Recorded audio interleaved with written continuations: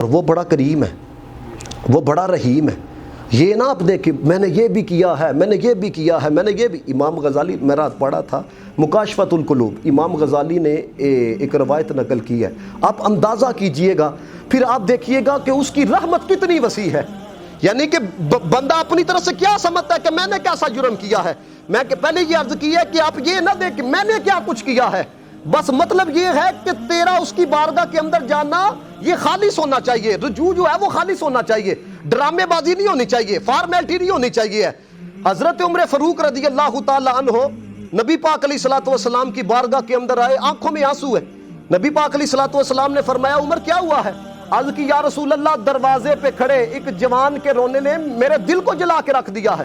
نبی پاک علیہ الصلوۃ والسلام نے فرمایا اس جوان کو بلایا جائے۔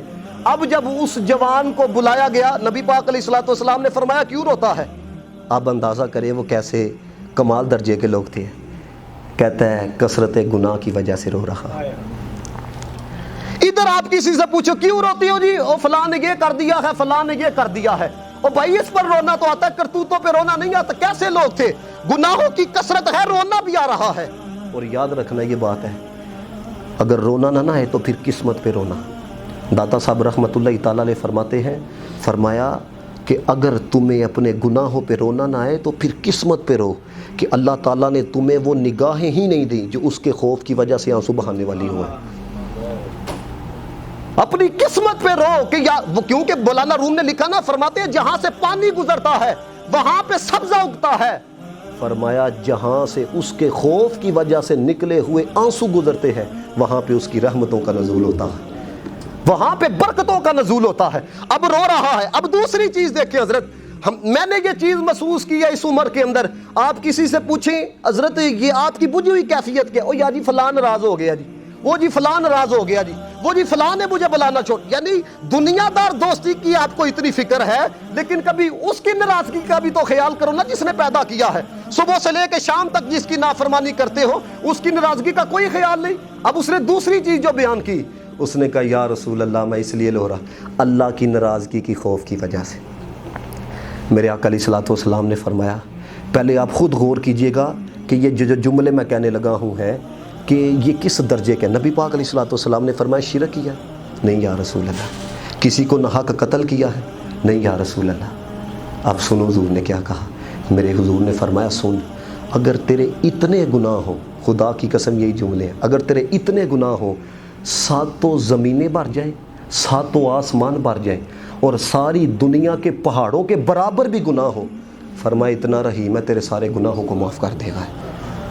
اب اگلی بات ذرا سنیں، نبی پاک علیہ السلام، مجھے بتائیں حضرت یہ زمین کتنی بڑی ہے، یہ امریکہ چھوٹا ہے، یہ دنیا کتنی بڑی، آپ خود اندازہ کریں ہیں تو ساتوں زمینیں ایک طرف ہے، ساتوں آسمان ایک طرف، ان کی وسعت ایک طرف ہے، اور پھر دنیا کے پہاڑ ایک پہاڑ آپ دیکھیں بندے کی کیفیت گم ہو جاتی ہے کہ یار اتنا بڑا پہاڑ ہے۔ نبی پاک یہ فرما رہے ہیں، لیکن آگے سے وہ عرض کرتا ہے یا رسول اللہ میرا گناہ اس سے بھی بڑا ہے،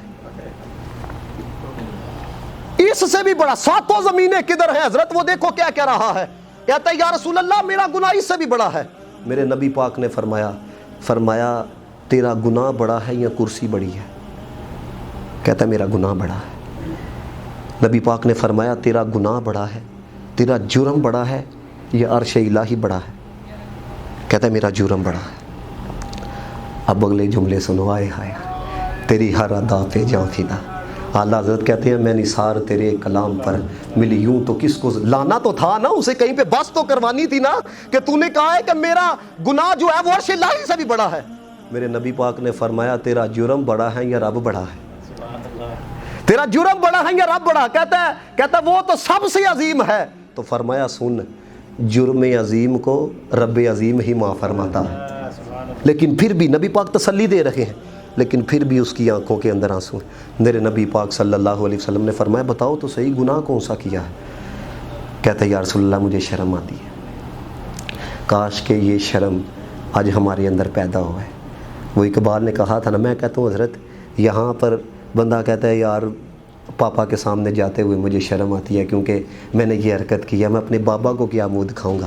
کاش یہ کیفیت بھی ہمارے اوپر آئے کہ یار جن کی وجہ سے ہم دنیا میں آئے ہیں، ہم اس منہ کے ساتھ نبی پاک کی بارگاہ میں جائیں گے دیکھو نا اقبال جیسا عظیم عاشق رسول کیا ترلا ڈالتا ہے، تو غنی از ہر دو عالم من فقیر، روز محشر عذر ہائے من پذیر، گر تمہیں بینی حسابم ناگزیر، از نگاہ مصطفیٰ پناہ بگیر۔ مولا تو غنی ہے، ایسے ہی معاف کر دینا، لیکن مولا اگر حساب لینا ہے تو پھر سونے کے سامنے نہ لینا ہے۔ وہ کسی نے کہا نا تیرے عشق کی انتہا چاہتا، میری سادگی دیکھ میں کیا چاہتا، یہ جنت مبارک رہے زاہدوں کو، میں صرف آپ کا سامنا چاہتا۔ حضرت یہ تو اس وقت پتہ لگے گا نا کہ جب نبی پاک صلی اللہ علیہ وسلم کے سامنے جائیں گے۔ وہ عرض کرتا ہے یا رسول اللہ مجھے شرم آتی ہے بتاتے ہوئے۔ نبی پاک نے فرمایا بتاؤ تو صحیح ہے۔ یہ کیوں کہا کہ بتاؤ، یہ کیوں اصرار کیا؟ اس لیے کہ بتانا تھا کہ اس کی رحمت کتنی وسیع ہے۔ نبی پاک کی بارگاہ میں عرض کرتا ہے کئی سال ہو گئے ہیں میں کفن چوری کرتا ہوں۔ عرض کرتا ہے یا رسول اللہ پچھلے دنوں نا انصار کی ایک لڑکی فوت ہو گئی، تو میں نے نا اس کا کفن چرا کے جب میں گیا نا تو شیطان غالب آ گیا، میں واپس آیا، اس مردہ لڑکی کے ساتھ نا میں نے بدکاری کی ہے۔ تو وہ کھڑی ہو گئی اور اس نے کہا تجھے شرم نہیں آتی، اس ذات کا خوف نہیں آتا کہ جو ہر مظلوم کو ظالم سے اس کا حق دلاتا ہے؟ مردوں کی جماعت میں تو نے مجھے برہنہ کر دی۔ وہ لڑکی کھڑی ہوگی۔ امام غزالی کوئی معمولی شخصیت نہیں ہے۔ کبھی امام غزالی کے بارے میں علماء سے آپ پوچھیں کہ یہ بندہ کس درجے کا عالم تھا امام غزالی رحمت، کبھی وقت ہوتا تو میں اس پر بھی بات کرتا کہ معراج کی رات حضرت موسیٰ کلیم اللہ کے ساتھ بھی گفتگو ثابت ہے حضرت امام غزالی رحمت اللہ تعالیٰ علیہ کی۔ جب ان کی روح کو حاضر کیا گیا، جب انہوں نے عرض کی نا یہ ایک علیحدہ موضوع ہے، تو امام غزالی جیسے بندے نے لکھا، وہ کہتے ہیں کہ نبی پاک صلی اللہ علیہ وسلم سے عرض کرتا ہے یا رسول اللہ علیہ الصلوۃ والسلام میرے سے یہ معاملہ ہوا ہے۔ تو وہ عورت جو ہے نا وہ اٹھ گئی، اس نے کہا تو نے مجھے مردوں کی جماعت میں برہنہ کر دیا ہے۔ اب آپ اندازہ کرو ہے اللہ کی مخلوق میں حضور سے بڑھ کے رحیم کوئی نہیں۔ میرے نبی پاک اگر یہ جملے نہ ہوں تو حضرت جھوٹے پہ خدا کی لعنت ہے۔ حضور علیہ الصلوۃ والسلام نے خود فرمایا بدبخت دور ہو جا، تو نار جہنم کا مستحق ہے۔ یہ نبی پاک نے فرمایا دور ہو جا۔ اب اندازہ کرو حضرت جرم کتنا بڑا تھا کہ حضور کہہ رہے ہیں، امام غزالی جیسا بندہ اس بات کو لکھ رہا ہے، حضور نے فرمایا تو دور ہو جا، تو نار جہنم کا مستحق ہے۔ اب کیا تھا؟ اس کی آنکھوں میں آنسو ہے، لبوں پہ کیا ہے؟ استغفار ہے، یا اللہ معافی یا اللہ معافی۔ 40 دن تک رب کی بارگاہ میں ترلا ڈالتا رہا۔ اب رب کی بارگاہ میں ترلا لیکن کیا ہے حضرت؟ اخلاص ہے، 2 نمبری نہیں ہے، اندر کیا ہے؟ فارمیلٹی نہیں ہے، دل سے ترلا ہے یا اللہ معافی عطا فرما دے۔ آنکھوں میں آنسو ہے خشیت الہی کی وجہ سے۔ 40 دن کے بعد آسمان کی طرف نگاہیں اٹھا کے، ہاتھ اٹھا کے عرض کرتا ہے میرے پاک پروردگار اگر تو نے مجھے معاف کر دیا ہے اپنے محبوب کو مطلع فرما دے، اپنے محبوب کے صحابہ کو مطلع فرما دے۔ اگر معاف نہیں کیا تو آسمان سے آگ بھیج جو مجھے جلا کے راکھ کر دے ہے تاکہ میں جہنم کی آگ سے بچ جاؤں۔ اب یہ ترلا دیکھنا ذرا، حضور نے کیا کہا؟ دور ہو جا، تو نار جہنم کا مستحق ہے۔